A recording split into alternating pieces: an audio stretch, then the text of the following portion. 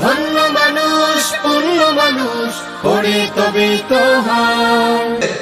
আচ্ছা আপনারাই বলুন, সিমেন্টের দোকানেই তো সিমেন্ট পাওয়া যায়, আর মুদিখানার দোকানে সাবানের গুঁড়া যা কিছু প্রয়োজন, আপনাদের প্রয়োজন সব কিছু মুদিখানার দোকানে পাওয়া যায়।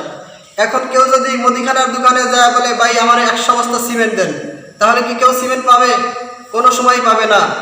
ঠিক তেমনিভাবে তিনি মুদিখানার দোকানে মুদিখানার দ্রব্য না পেয়ে তিনি সিমেন্টের দোকানে যায় মুদিখানার দ্রব্য নিয়েছেন, এবং তিনি বলেছেন যে বাবুল বায়ানুশ শের এই অধ্যায় যায় তিনি কিয়ামের দলিল দিয়েছেন। আপনারাই বুঝুন, কিয়ামের দলিল তো কিয়ামের অধ্যায় থাকা দরকার, কিন্তু তিনি সেখানে পেশ না করে বাবুল বায়ানুশ শের এই অধ্যায় যায় তিনি কিয়ামের দলিল দিয়েছেন। এবার কিয়াম এই দেখেন, এখানে আসছে আম্মা আয়েশা সিদ্দিকা রাদিয়াল্লাহু তাআলা আনহা থেকে বর্ণনা করা হয়েছে, ইয়াদাউনিল হাসান মিম্বারাম ফিল মসজিদে ইয়াকুমু আলাইহি কালিমা ইউফাকিরু আন রাসূলিল্লাহ সাল্লাল্লাহু আলাইহি ওয়াসাল্লাম আকালাত ইউফাকিরু আন রাসূলিল্লাহ সাল্লাল্লাহু আলাইহি ওয়াসাল্লাম ইন্নাল্লাহা ইউআবিদুল হাসানা বিরূহিল কুদুস। রাসূল সাল্লাল্লাহু আলাইহি ওয়াসাল্লাম নিজের হাতে একটা মিম্বার তৈরি করলেন, কোন মিস্ত্রি না। মসজিদে নববীতে হাসান উনি কবিতা ভালো বলতেন, ওনাকে বললেন যে তুমি কবিতা বলো। তখন ওনা আল্লাহ রাসূলের ইফাকিরু আও ইউনাফিহু, রাসূলের প্রশংসা করলেন এবং কাফেরদের জবাব দিলেন। আল্লাহর হাবিব বলে ইন্নাল্লাহা ইউআবিদুল হাসানা বিরূহিল কুদুস, যারা দাঁড়াইয়া কিয়াম করবে, যারা প্রশংসা করবে, স্বয়ং জিবরীল তাকে সাহায্য করবে। দ্বিতীয় কিয়ামের কথা বলছে, সেটাও দেখায় 410 পৃষ্ঠা। الفصل الثالث عن عائشة الصديقة رضي الله تعالى عنها قالت كان رسول الله صلى الله عليه وسلم يدعون الحسان منبرا في المسجد والأكيد।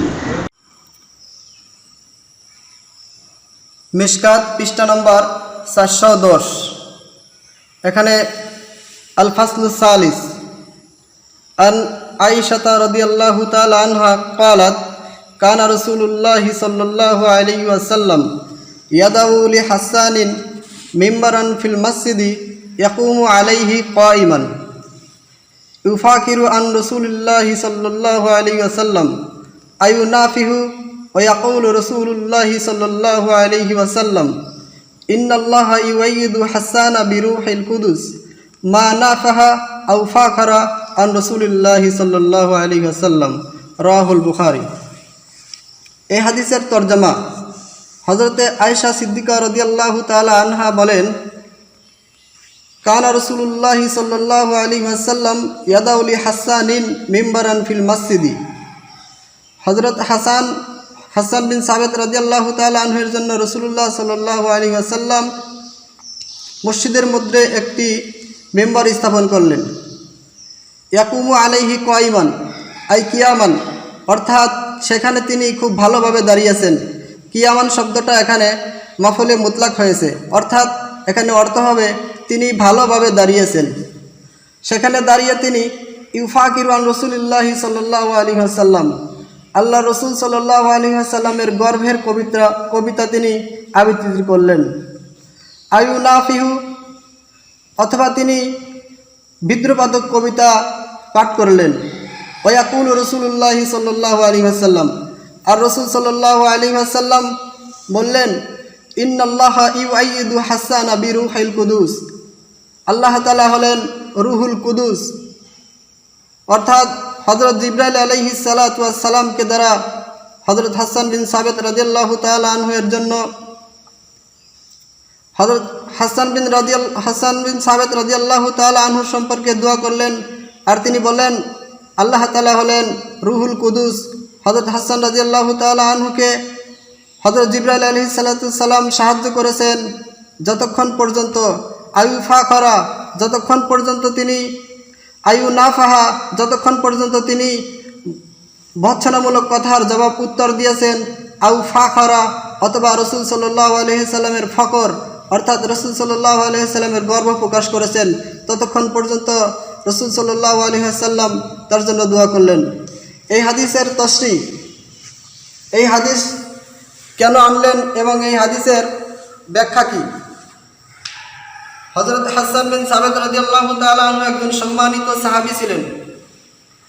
আর মদিনার মুশরিক, ইহুদি, কাফের, নাসারা এরা রাসূল সাল্লাল্লাহু আলাইহি ওয়াসাল্লাম সম্পর্কে বিভিন্ন ভৎসনা, বিভিন্ন গালিগালাজ এবং ভৎসনামূলক কথা বলতেন।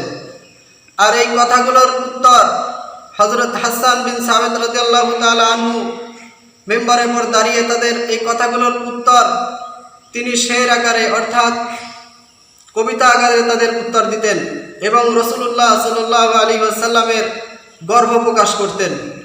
এই জন্য তিনি এই হাদিসটা এখানে আনছেন বাবু সালেস আল ফাসলু সালেসে, অথচ এই বাবের নাম হলো বাবুল বায়ানে ওয়া শের, অর্থাৎ যেখানে বায়ান বায়ান আর শের অর্থাৎ কবিতা এবং বয়ান আবৃত্তি অধ্যায়ে তিনি দলিল দিয়েছেন।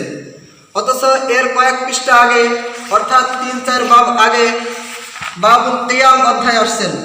এই বাবুল কিয়াম অধ্যায় অর্থাৎ যত দাঁড়ানোর অধ্যায় আছে, যত দাঁড়ানোর দলিল আছে তিনি এখানে পেলেন না, তিনি দলিল হিসাবে ব্যবহার করলেন বাবুল বায়ানে ওয়া শের।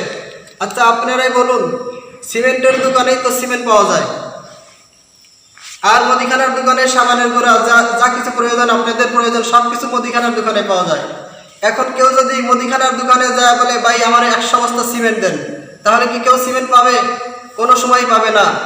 ঠিক তেমনিভাবে তিনি মুদিখানার দোকানে তিনি মুদিখানার দ্রব্য না পেয়ে তিনি সিমেন্টের দোকানে যায় মুদিখানার দ্রব্য নিয়েছেন এবং তিনি বলেছেন যে বাবুল বায়ান ওয়া শের এই অধ্যায় যায় তিনি কিয়ামের দলিল দিয়েছেন। আপনারাই বুঝুন, কিয়ামের দলিল তো কিয়ামের অধ্যায় থাকা দরকার, কিন্তু তিনি সেখানে পেশ না করে বাবুল বায়ান ওয়া শের এই অধ্যায় যায় তিনি কিয়ামের দলিল দিয়েছেন।